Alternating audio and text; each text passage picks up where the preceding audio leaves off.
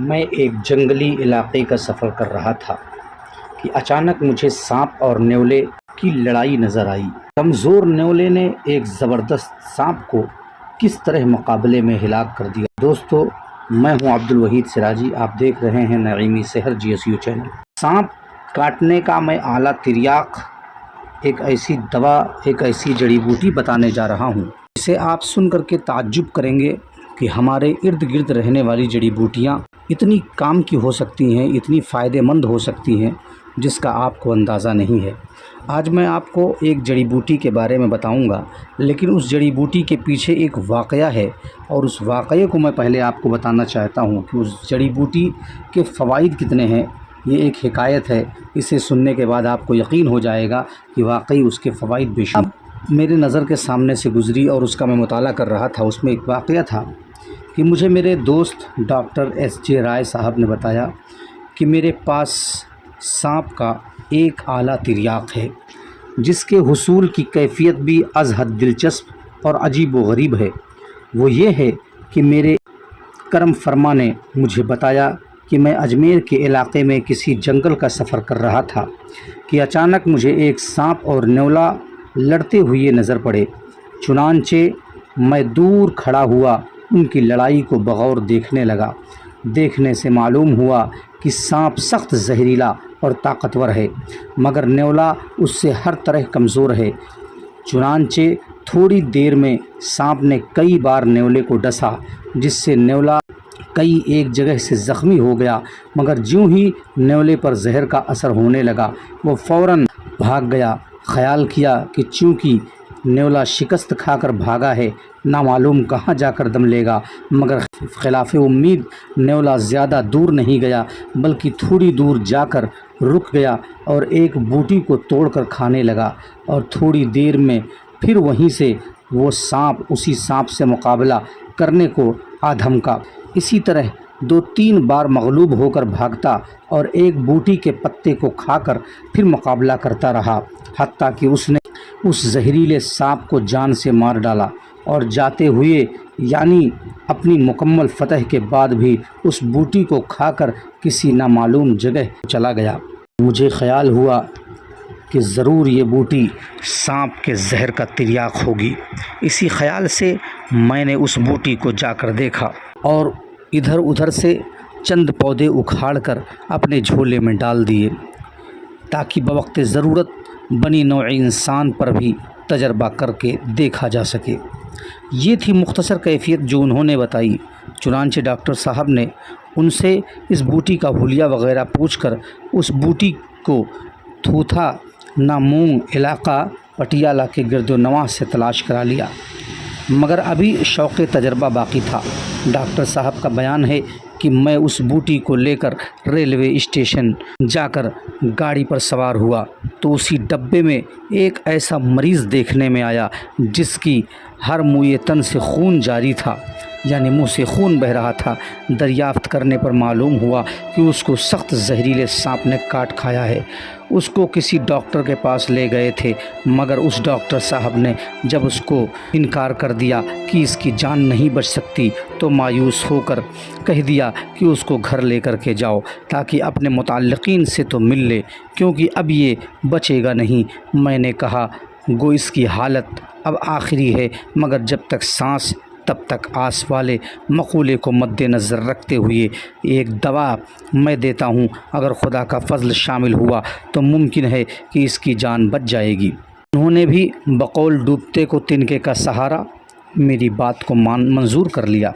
چنانچہ میں نے ذرا علیحدہ ہو کر اس بوٹی کو پیسا اور اس کی 3 گولیاں بنائیں۔ کہہ دیا کہ ایک گولی ابھی دے دو، باقی چند گھنٹے کے وقفے سے دے دینا۔ قصہ مختصر، اتنے میں ان کا اسٹیشن آ گیا اور وہ وہیں اتر گئے اور میں بٹھنڈا ہوتے ہوئے سرسا پہنچ گیا، مگر اس کا نتیجہ معلوم کرنے کا شوق دل میں ہی رہ گیا۔ دوسرے روز میں اپنے مطب میں بیٹھا ہوا تھا کہ اچانک ایک جوان مرد نے سلام کیا، السلام علیکم، اور بصد عجز گویا ہوا اور کہنے لگا کہ آپ کے احسان کا میں بڑا ہی شکر گزار ہوں۔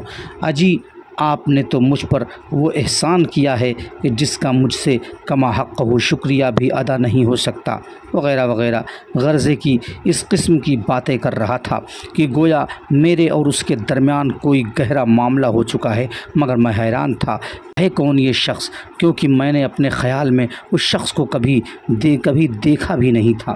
میں نے پوچھا تمہارے ساتھ کیا احسان کیا ہے؟ مجھے تو یاد نہیں۔ تو وہ کہنے لگا شاید آپ نے مجھے پہچانا نہیں، میں وہی کل والا مریض ہوں جس کے زندہ رہنے کی کوئی امید نہیں تھی، بس آپ کے طفیل میری جان بچی ہے۔ وہ دوا کیا تھی؟ اکسیر تھی۔ اس کے بعد مجھے اس دوا پر پورا بھروسہ ہو گیا اور اسی دن سے میں نے اس کو معمول مطب بنا لیا اور اس کو گولیوں کی شکل میں بنا کر رکھنے لگا۔ ان گولیوں نے اب تک خطا نہیں کی ہے۔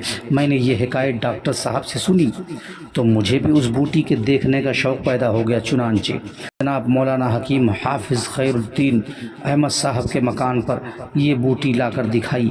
میں نے اس کے حلیہ کو خوب ذہن نشین کر لیا اور علاقہ موم میں جا کر تلاش کرنے لگا، مگر اتفاقاً ان ایام میں نہ ملی، مگر واپس لوٹنے پر کہتے ہیں کہ اس نسخہ کی حکمہ کے بھرے مجمع میں تصدیق ہوئی۔ حکیموں کے سالانہ اجلاس کے موقع پر میں نے یہ نسخہ مع حکایت کے بیان کیا تو سب بھائی بوٹی کا حلیہ اور نام وغیرہ پوچھنے لگے۔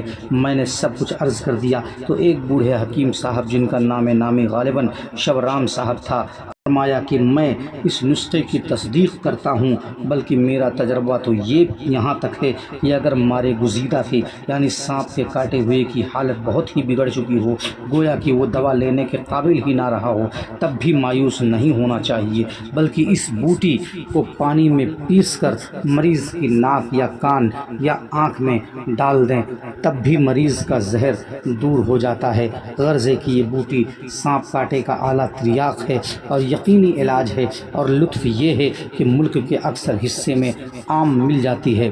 اشتیاق پیدا ہوگا کہ آپ وہ جڑی بوٹی بتائیں۔ اگر آپ وہ جڑی بوٹی جاننا چاہتے ہیں تو برائے کرم آپ لائک ضرور کریں، میں آپ کو یہ بتا رہا ہوں، سبسکرائب کریں۔ وہ جڑی بوٹی اس تریاق مار بوٹی کا نام گوما ہے۔ گوما جو کہ ویدک کے مائناز جڑی بوٹی ہے۔ ویدک کی کتب میں یوں لکھا ہے کہ اگر مریضان بخار کو بوٹی یعنی گوما سے بھرے ہوئے گدے پر لٹا دیا جائے تو بغیر کسی دوسری دوا کے بخار اتر جاتا ہے۔ تجربہ شاہد ہے کہ بخار شکنی کے لیے یہ بوٹی کونین سے بڑھ کر ثابت ہوتی ہے۔ بوٹی کی شناخت کیا ہے؟ تو موسم برسات میں پیدا ہوتی ہے اور ذائقہ سخت ہوتا ہے۔ پودا جھاڑدار، پھول برنگے سبز بمثل بھیڑ کے چھتے کے سوراخدار، اور خاص نشانی یہ ہے کہ ایک پھول میں ڈنڈی نکل کر 2-3 بلکہ 4 پھول اوپر نیچے لگ جاتے ہیں۔ 6 ماشا سے تولا تک کی مقدار میں یہ بوٹی لے کر گھوٹ کر پلانے سے سانپ کے زہر کو اتار دیتی ہے۔ زیادہ زہریلا سانپ کو تو 2-4 بار پلانا پڑتا ہے۔ یہ ہے جڑی بوٹی جس کا نام ہے گوما۔ آپ اس دوا کو اپنے گھر کی ایک ضرورت کے تحت رکھیں، اس کو پہچان بنا کر کے رکھیں، وقت بے وقت کبھی کسی کے کام آ سکتی ہے، آپ کسی کی جان بچا سکتے ہیں۔ آج کے لیے بس اتنا ہی۔ آپ کو ہمارے ویڈیوز پسند آتے ہیں تو لائک اور سبسکرائب کریں۔ جزاک اللہ خیرا کثیرا۔ السلام علیکم ورحمۃ اللہ وبرکاتہ۔